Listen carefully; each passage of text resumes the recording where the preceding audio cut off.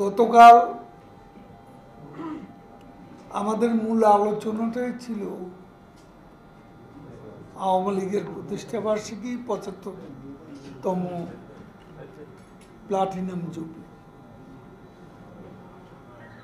একটা শব্দও নেই কোনো পত্রিকায়। আপনারা চলে গেলেন আজিজ আর বেনজির, ওটাই হলো হেডিং। এটা really I am deeply shocked. এটা তো হওয়া উচিত না।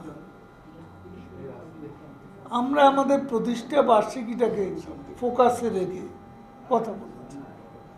আপনারা বেনজির আর ওখানে আজিজকে ঢুকিয়ে বারবার, আর এটা তো প্রথম না।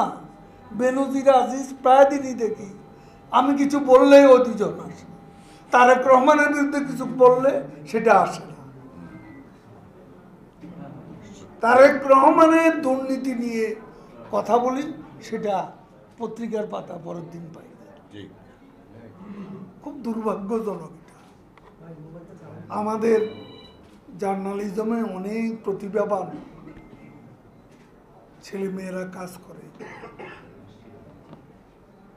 পত্রিকার কর্তৃত্ব তাদের হাতে, মিডিয়ার কর্তৃত্ব তাদের হাতে।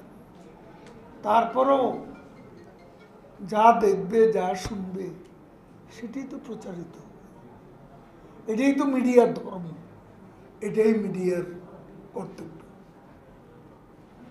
এখন আমার মূল সাবজেক্টটা থেকে আপনি ১০০০ মাইল দূরে চলে যাবেন, এটা তো ঠিক না।